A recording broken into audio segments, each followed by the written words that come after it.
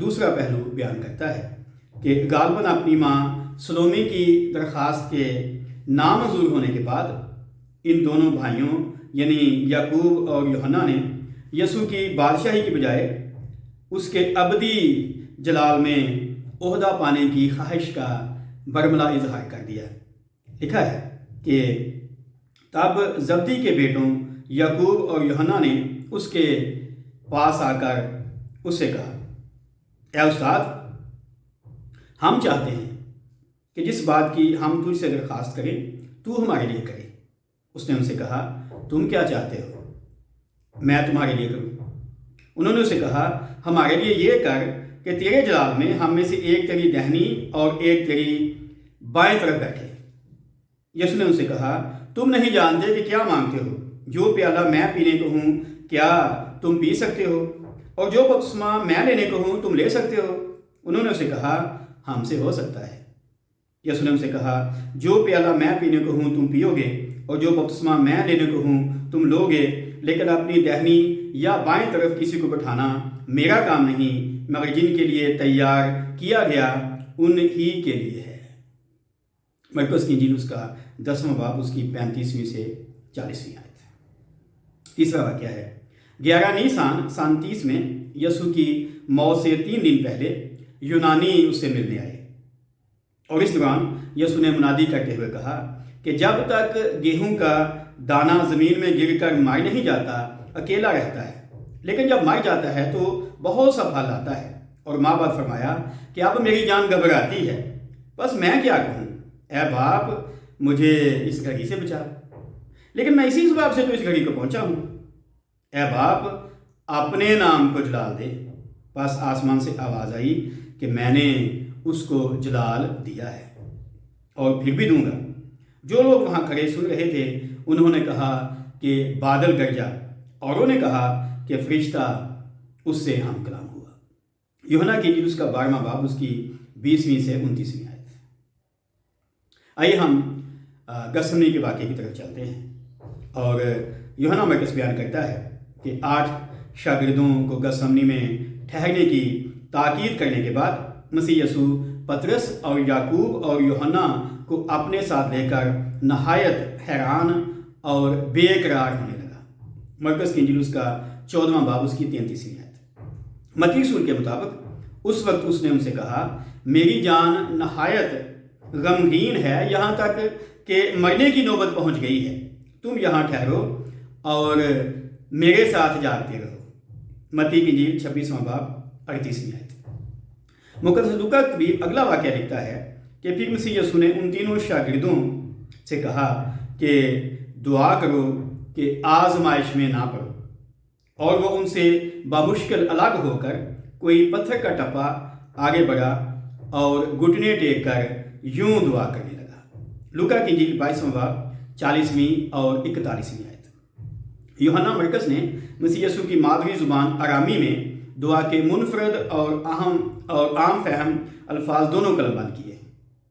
پس یسوع اپنے باپ سے پکار کر دعا کرنے لگا کہ اگر ہو سکے تو یہ گھڑی مجھ پر سے ٹال جائے، اور کہا، ابا، اے باپ، تجھ سے سب کچھ ہو سکتا ہے، اس پیالے کو میرے پاس سے ہٹا لے، تو بھی جو میں چاہتا ہوں وہ نہیں بلکہ جو تو چاہتا ہے وہی ہو۔ پھر وہ آیا اور انہیں سوتے پا کر پترس سے کہا، اے شمعون، تو سوتا ہے، کیا تو ایک گھڑی بھی نہ جاگ سکا؟ جاگو اور دعا کرو تاکہ آزمائش میں نہ پڑو۔ روح تو مستعد ہے مگر جسم کمزور ہے۔ مرکز کی انجیل اس کا 14واں باب اس کی 35ویں سے 38ویں آیت۔ متی رسول اگلا بیان لکھتا ہے کہ پھر دوبارہ اس نے جا کر یوں دعا کی کہ اے میرے باپ، اگر یہ میرے پیے بغیر نہیں ٹل سکتا تو تیری مرضی پوری ہو۔ متی کی انجیل اس کا 26واں باب اس کی 42ویں آیت۔ یوحنا مرکز کی شہادت کے مطابق یسوع نے پھر آ کر انہیں سوتے پایا، کیونکہ ان کی آنکھیں نیند سے بھری تھیں اور وہ نہ جانتے تھے کہ اسے کیا جواب دیں۔ مرکز کی انجیل 14واں باب 40ویں آیت۔ متی رسول کے بقول وہ ان کو چھوڑ کر پھر چلا گیا اور پھر وہی بات کہہ کر تیسری بار دعا کی۔ متی کی انجیل 26واں باب 44ویں آیت، اور متی 26ویں باب کی 42ویں آیت میں ابھی ہم نے ملاحظہ کیا کہ اس پیالے کی بابت یسوع مسیح کے دعائیہ الفاظ یہ تھے کہ اے میرے باپ، اگر یہ میرے پیے بغیر نہیں ٹل سکتا تو تیری مرضی پوری ہو۔ آج یہ پروگرام کا اگلا حصہ ہے مسیح یسوع کی جانکاری۔ مقدس لوکا طبیب مسیح یسوع کی دل سوزی سے کی جانے والی دعا اور جانکاری کی حقیقت کو اگلے واقعے میں بیان کرتا ہے کہ آسمان سے ایک فرشتہ اس کو دکھائی دیا، وہ اسے تقویت دیتا تھا۔ پھر وہ سخت پریشانی میں مبتلا ہو کر اور بھی دل سوزی سے دعا کرنے لگا، اور اس کا پسینہ گویا خون کی بڑی بڑی بوندیں ہو کر زمین پر ٹپکتا تھا۔ لوکا کی انجیل اس کا 22واں باب 43ویں اور 44ویں آیت۔ امریکن بورڈ آف ریڈیالوجی کے صنعت یافتہ نیشنل انسٹیٹیوٹ آف ہیلتھ میری لینڈ میں ہارٹ، لنگ اور بلڈ انسٹیٹیوٹ کے مشیر، محقق، سائنسدان، 5 سائنسی کتب کے ایڈیٹر، انسانی عضلات کے سکڑنے پر ماہر تجزیہ کار اور کیلیفورنیا یونیورسٹی کے استاد ڈاکٹر الگزنڈر میتھرل یسوع مسیح کی جانکنی اور صلیبی موت کی تفصیلات بیان کرتے ہیں کہ گیسمنی باغ میں یسوع مسیح کا پسینہ خون کے قطروں کی مانند جسم سے بہنا شروع ہو گیا، تو وہ ایک جانی پہچانی طبی حالت تھی جسے ہیماٹیڈروسس کہا جاتا ہے۔ یہ کوئی عام جسمانی کمزوری نہیں ہے، لیکن ہر درجے نفسیاتی دباؤ اور شدید اضطراب کے باعث جسم سے ایسے کیمیکل خارج ہوتے ہیں جو پسینہ پیدا کرنے والے غدود میں موجود بہت باریک شریانوں کو نقصان پہنچاتے ہیں۔ نتیجے کے طور پر ان غدودوں کے اندر تھوڑی مقدار میں خون بہتا ہے اور پسینے کے ساتھ جسم سے باہر نکلتا ہے۔ اس صورتحال میں جلد بہت نازک ہو جاتی ہے، چنانچہ اگلی صبح جب رومی سپاہیوں نے یسوع کو کوڑے مارے تو اس کی کھال بہت حساس ہو چکی تھی۔ یوحنا مرکز بیان کرتا ہے کہ مسیح یسوع نے پھر تیسری بار آ کر ان سے کہا، اب سوتے رہو اور آرام کرو، بس وقت آ پہنچا ہے۔ دیکھو ابن آدم گنہگاروں کے حوالے کیا جاتا ہے، اٹھو چلیں، دیکھو میرا پکڑوانے والا نزدیک آ پہنچا ہے۔ مرکز کی انجیل 14واں باب 41ویں اور 42ویں آیت۔ آج کے پروگرام کا آخری حصہ ہے یسوع کی گرفتاری، اور میں نے حسب معمول اناجیل اربع کی آیات کو جوڑ کر پکچر بنائی ہے تاکہ ہم اس کو بہتر طور پر سمجھ سکیں۔ اور اس کا پہلا حصہ ہے جو یوحنا نے بیان کیا۔ نمبر 1، یوحنا رسول اگلا واقعہ لکھتا ہے کہ اس کا پکڑوانے والا یہودا بھی اس جگہ کو جانتا تھا، کیونکہ یسوع اکثر اپنے شاگردوں کے ساتھ وہاں جایا کرتا تھا۔ پس یہودا سپاہیوں کی پلٹن اور سردار کاہنوں اور فریسیوں سے پیادے لے کر مشلوں اور چراغوں اور ہتھیاروں کے ساتھ وہاں آیا۔ یسوع نے ان سب باتوں کو جو اس کے ساتھ ہونے والی تھیں جان کر باہر نکلا اور ان سے کہا، کسے ڈھونڈتے ہو؟ انہوں نے اسے جواب دیا، یسوع ناصری کو۔ یسوع نے ان سے کہا، میں ہی ہوں۔ اور اس کا پکڑوانے والا یہودا بھی ان کے ساتھ کھڑا تھا۔ اس کے یہ کہتے ہی کہ میں ہی ہوں، وہ پیچھے ہٹ کر زمین پر گر پڑے۔ پس اس نے ان سے پھر پوچھا کہ تم کسے ڈھونڈتے ہو؟ انہوں نے کہا، یسوع ناصری کو۔ یسوع نے جواب دیا کہ میں تم سے کہہ تو چکا کہ میں ہی ہوں، پس اگر مجھے ڈھونڈتے ہو تو انہیں جانے دو۔ یہ اس نے اس لیے کہا کہ اس کا وہ قول پورا ہو کہ جنہیں تو نے مجھے دیا میں نے ان میں سے کسی کو بھی نہ کھویا۔ یوحنا کی انجیل اس کا 18واں باب اس کی 2 سے 9 آیت۔ نمبر 2، یوحنا مرکز کے بقول اس کے پکڑوانے والے نے انہیں یہ نشان دیا تھا کہ جس کا میں بوسہ لوں وہی ہے، اسے پکڑ کر حفاظت سے لے جانا۔ مرکز کی انجیل 14واں باب 44ویں آیت۔ نمبر 3، متی رسول کے مطابق اس نے یسوع کے پاس آ کر کہا، ربی سلام، اور اس کے بوسے لیے۔ متی 26واں باب 49ویں آیت۔ نمبر 4، لوکا طبیب کے مطابق یسوع نے اسے کہا، اے یہودا، کیا تو بھوسا لے کر ابن آدم کو پکڑواتا ہے؟